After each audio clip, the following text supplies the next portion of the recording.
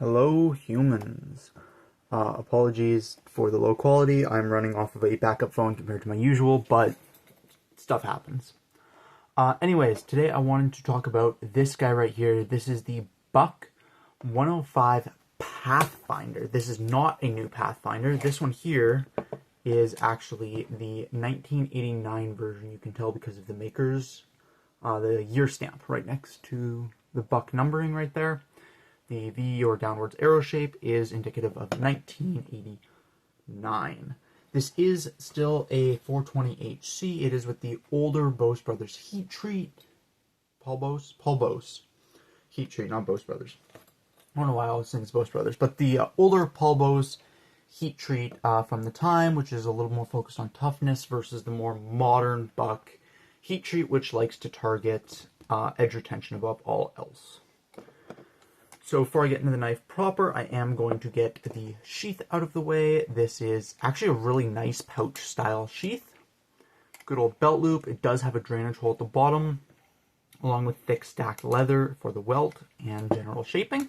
The knife fits in very deeply and is held in place extremely securely with the snap. It does not come out of here. It also takes quite a bit for the snap to get snagged on anything to pull off. It has never happened to me walking through bushes and stuff like that, dealing with animals. I've never had the snap come undone. And even if you did, it would take a decent amount to get the knife to come out of the sheath, even without the snap done up. So this is a very, very good sheath. The only thing that would have been nice is a little protective cover, because that little brass dot has been ever so slightly corroding the nickel butt plate there, but not a huge deal by any stretch of the imagination. Like I said, it does have a drainage hole. This is a really well done sheath. Not my favorite sheath, but it is an extremely well done sheath in my opinion. Onto the knife itself, we have a 5-inch blade, belly out towards the tip, fairly long straight section. They call this a clip point, which I guess technically it is. It's slightly upswept. It's a very weird blade shape, quite frankly, but it is slightly upswept, and I guess you can consider it a clip point. It has a very, very small swedge section out near the tip, and a very, very small fingertip choil is what I'm going to call that, out towards the end of the blade. We have sort of a, I don't know what to call that, 3/4 height, probably closer to 7/8 height, hollow grind on the blade, which is kind of giving the best mixture of sliciness and robustness.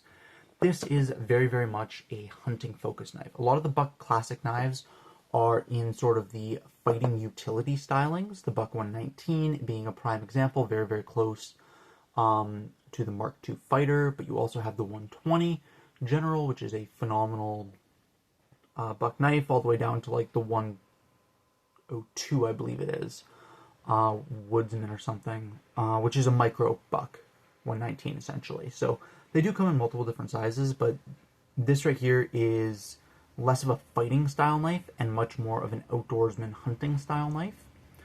The tip is extremely easy to access. And if you have fairly large hands, the handle on this is weird, and I'll get into that in just a second. If you have fairly large hands, you can actually get out to sort of this indented section to get better carving on the tip, or you can use your index finger to do the same.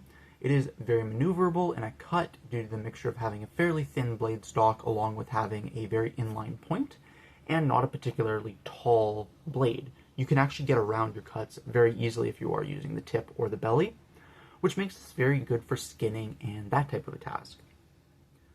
It has the classic black, it's not Delrin, what do they call this stuff? Zydel, I believe?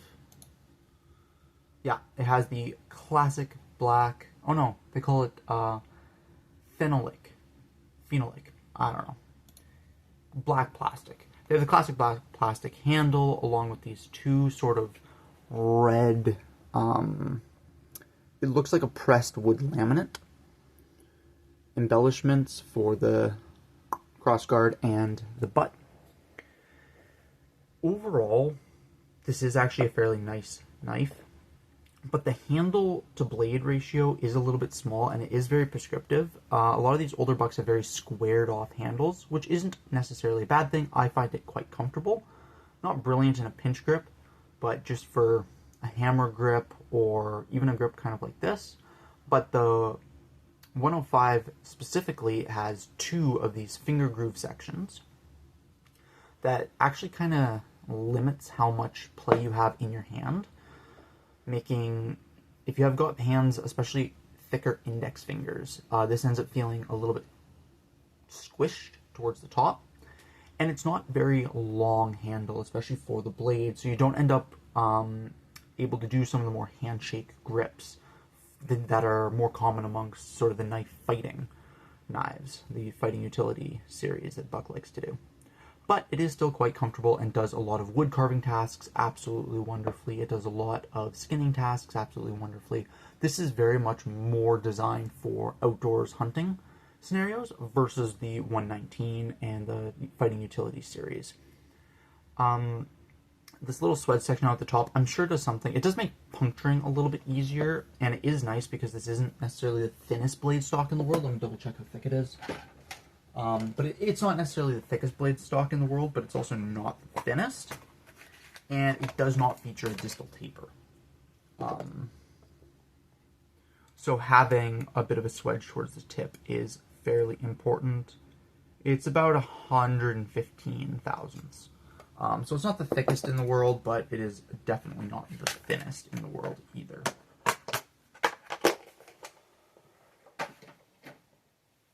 The hollow grind does help out quite a bit. This feels a lot slicier than it is, in large part due to that hollow grind. In fact, the shouldering isn't particularly brutal. You feel it a little bit if you're cutting through dense material, but throughout most of my cuts, I did not experience a problem with it. Puncturing, especially due to that swedge, is actually really nice. It punctures beautifully. It is a nice knife to use, and it does feel a little bit specialized, though, in a way that the fighting utility knives are not as much. As a dedicated hunter, if you are a dedicated hunter, which I am not, I mostly gut and skin chickens on the farm. I don't deal with game very often, but I found it quite nice to use. I have found it quite nice to use. There is bigger knives and bigger hunting tasks that I think that this would do a really good job at. I think that it outcompetes a lot of smaller knives, despite having many of the same benefits, in particular not having such a tall blade that it's hard to get around in a cut. Yeah, 5-inch blades, shorter handle. The handle, I think, could use about another ½ an inch, personally. But for the grips that it seems to want you to use, it is quite comfortable in the hand, and this more squared off handle does a lot of the work to make it feel hand-filling and useful to grip, which I think is quite important.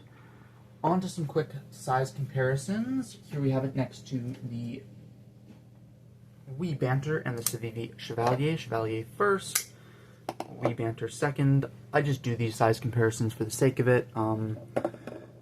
Angled. I just do these size comparisons sort of for the sake of it, but they're more useful with the folding knives versus the fixies, but I will get at least one good fixie comparison. Here it is next to its more famous folding cousin, the Buck 110, and a Zippo lighter. And then finally,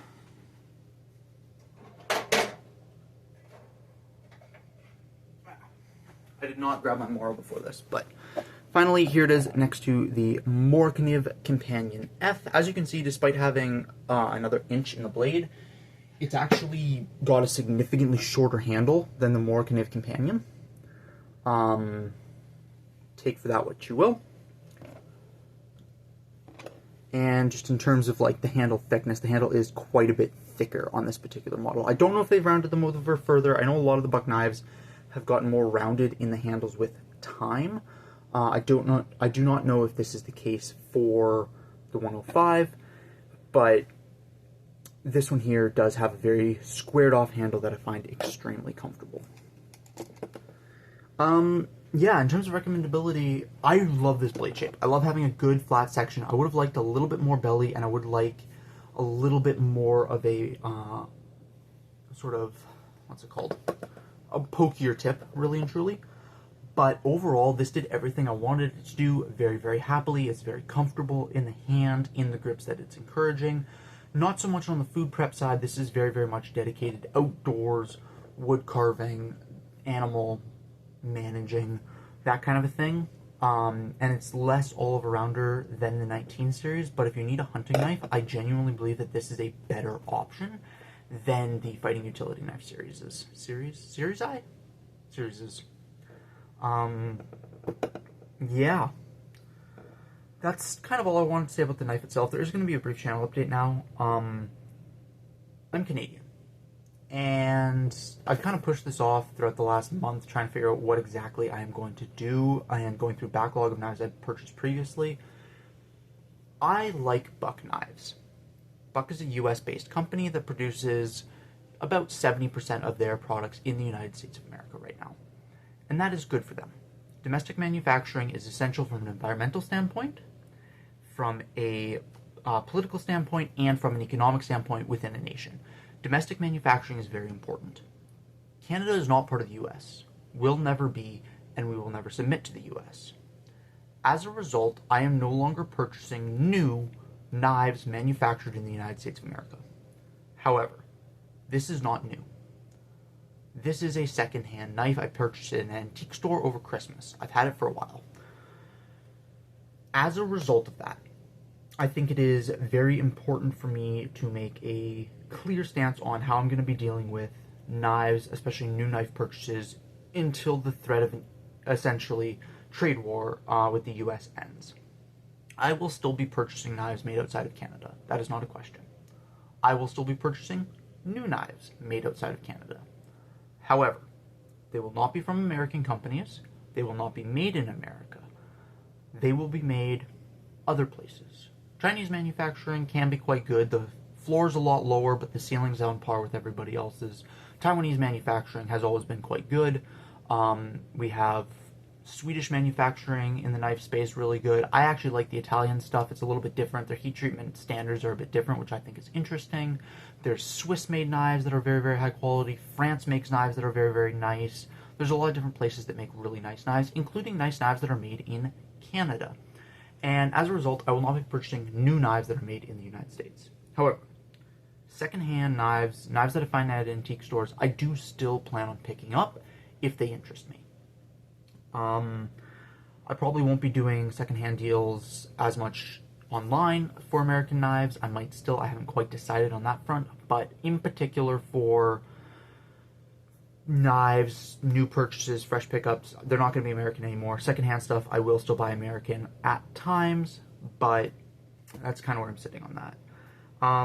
I don't want to have a dour relationship with it, and it's not going to affect my review. I do genuinely believe this is a very good hunting knife. I do genuinely believe this is a very good outdoorsman's knife. It is not as good at everything as the Fighting Utility series is, but it is not trying to be. It is more of a specialized tool, and that is not inherently a bad thing. Yeah. It's going to be true of other things, not just knives. I have some US stuff backlogged that I've owned for a while and just haven't gotten around to reviewing or talking about, but in general, I'm going to be making less American purchases and more antique purchases probably up until this whole bullshit trade war gets figured out. Yeah, sorry to put a dour end on this, but that's kind of where I'm at. This is a good knife. It's worth picking up. It's not a brilliant deal. Most of Buck's Heritage line isn't a brilliant deal, but it is still pretty good. And with the newfound focus on edge retention, I think that the steel is going to perform even better than mine does, for edge retention specifically. All I got to say, stay safe and have fun out there. Peace.